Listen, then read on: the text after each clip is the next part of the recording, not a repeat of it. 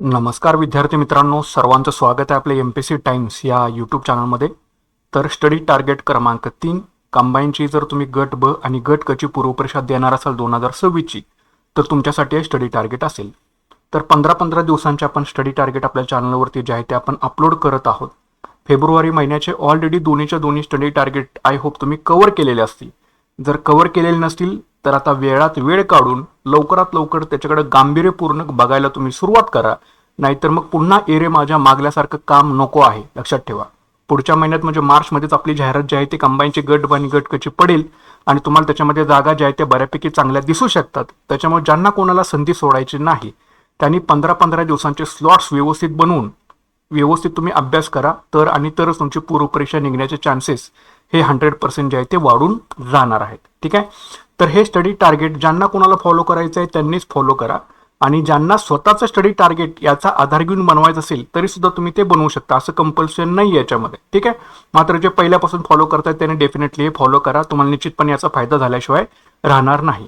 हे study target 1 March 2026 पासून 15 मार्च 2026 पर्यंत चालेल. 15 दिवसाचं स्टडी टार्गेट आहे.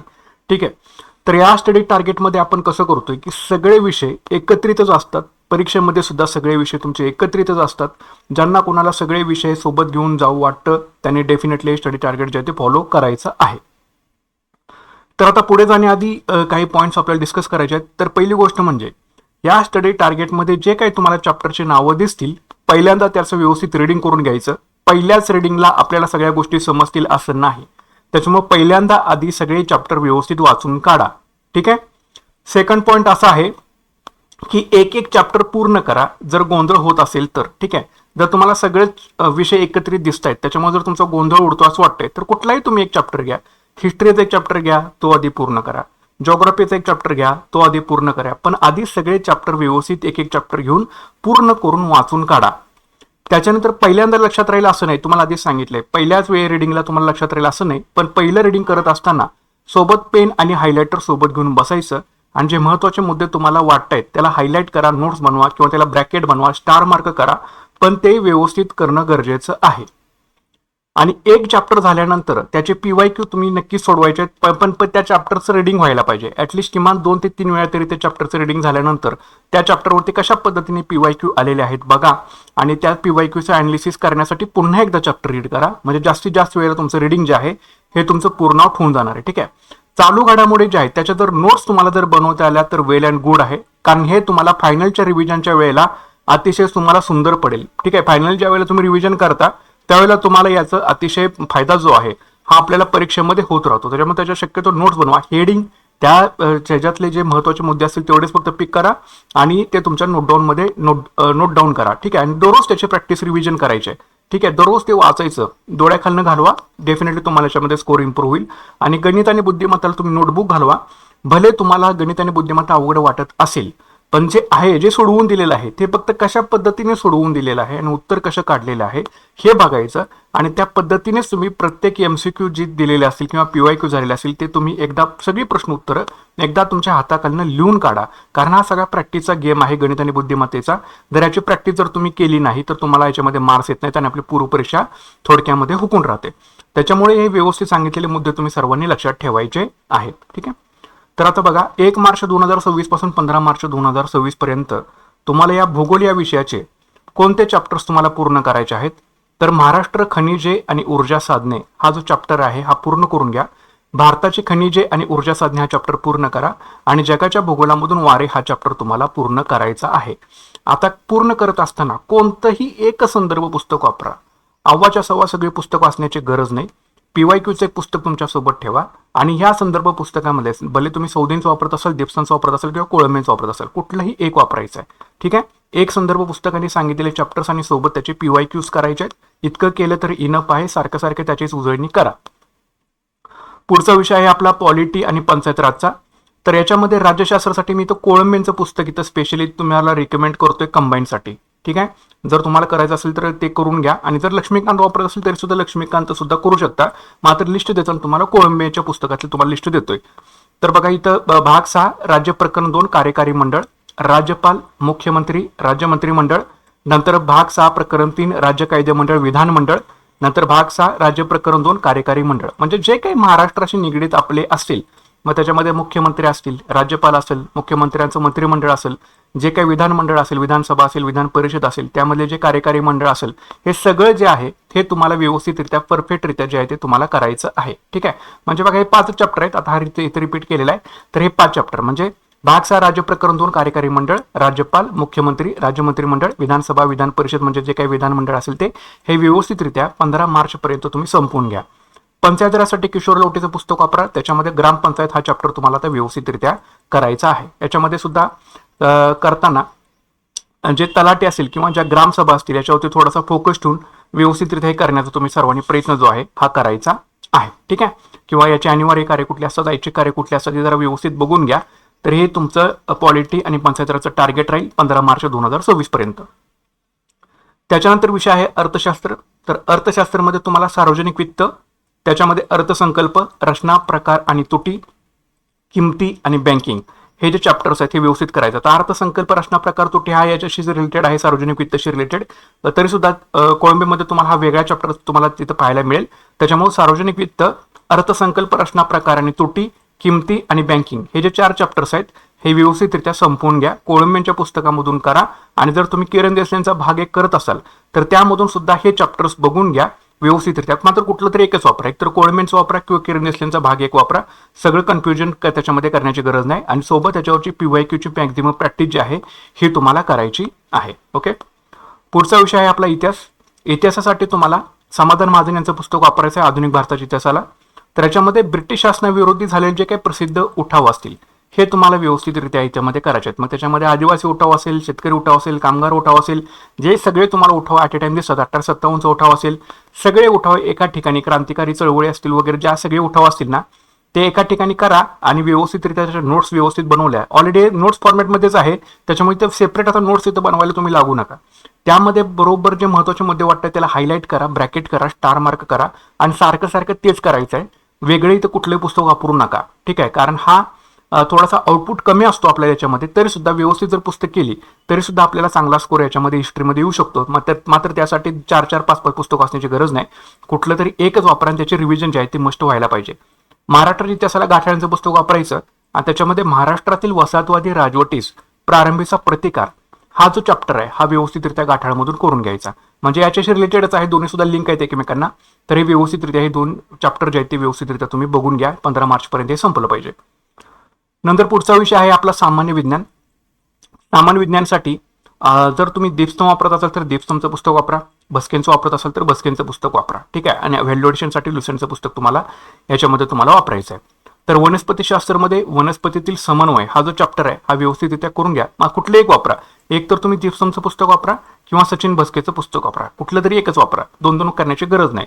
ठीक आहे, तर वनस्पतीशास्त्रामध्ये वनस्पतीतील समन्वय, प्राणीशास्त्रामध्ये पेशीचक्र आणि पेशी विभाजन, मानवी आरोग्यशास्त्रामध्ये मानवातील ग्रंथी, संप्रेरके आणि विक्रे, भौतिकशास्त्रामध्ये उष्णता, रसायनशास्त्रामध्ये अणु व त्याची रचना, आम्ल, आम्लारी आणि क्षार हे तुमचं सामान्य विज्ञानाच्या चॅप्टरचं टार्गेट आहे. 15 दिवसामध्ये हे सगळं तुमचं वाचून पूर्ण व्हायला पाहिजे, लक्षात घ्या.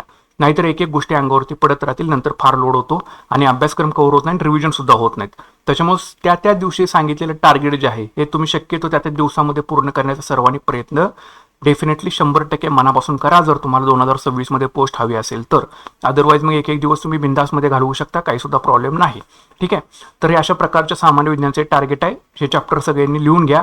याच्यावरची PYQ, याच्या नोट्स, बसके वापरत असेल तर नोट्स काढण्याची गरज नाही, आई तसंच ते वाचून घ्या आणि त्याचे PYQ 100% सर्वांनी जे आहे ते करायचे आहेत. ओके, पुढचा विषय आहे आपला चालू घडामोडीचा.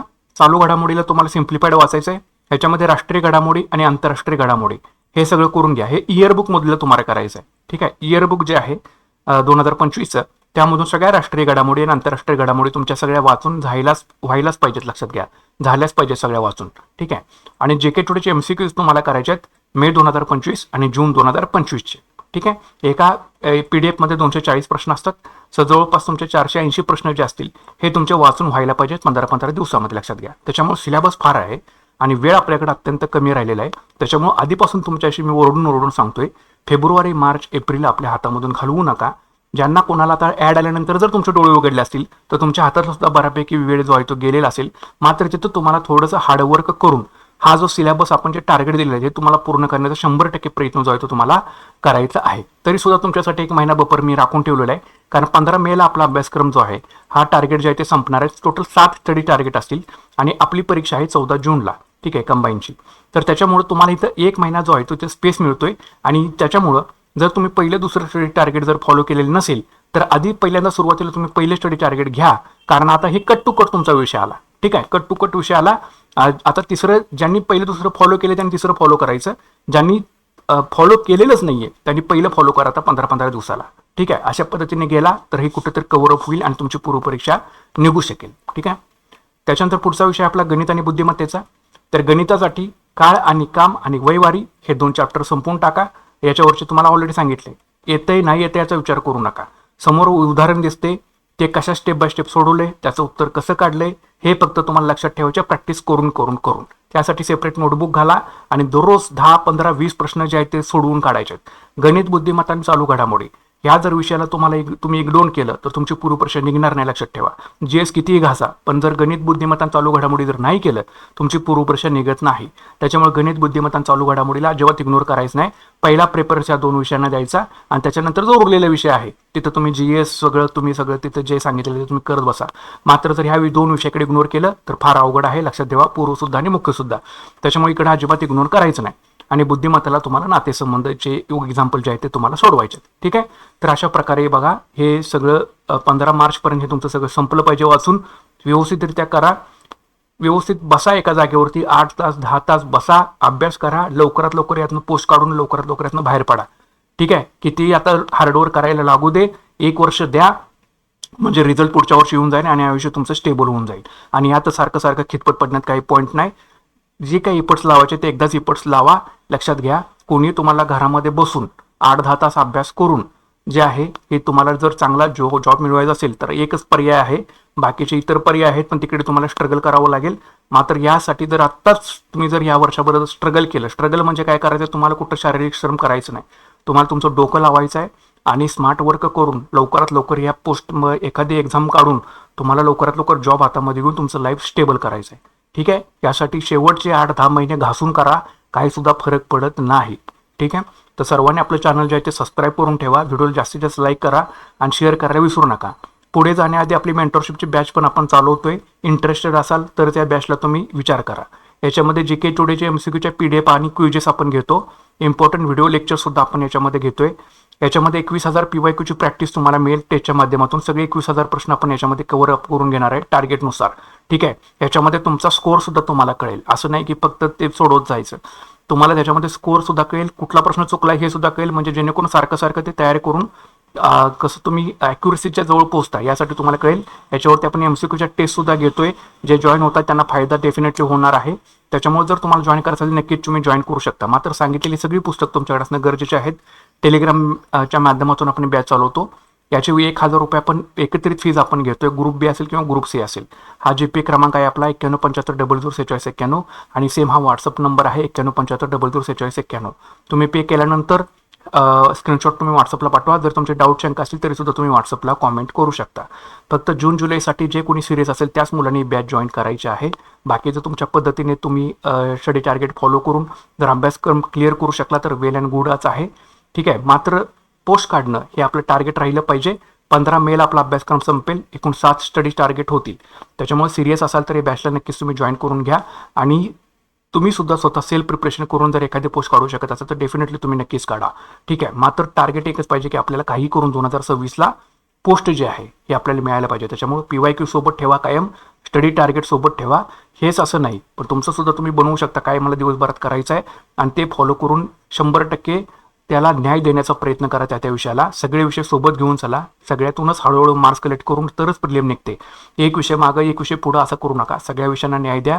डेफिनेटली तुमची पूर्व नवीन एखादी तरी पोस्ट तुम्हाला डेफिनेटली मिळून जाईल, ठीक आहे. व्हिडिओ आवडला असेल तर नक्कीच लाईक करा आणि मनापासून फॉलो करण्याचा प्रयत्न सर्वांनी करा. भेटूयात पुढच्या व्हिडिओ सेशनमध्ये. Thanks for watching guys and all the best.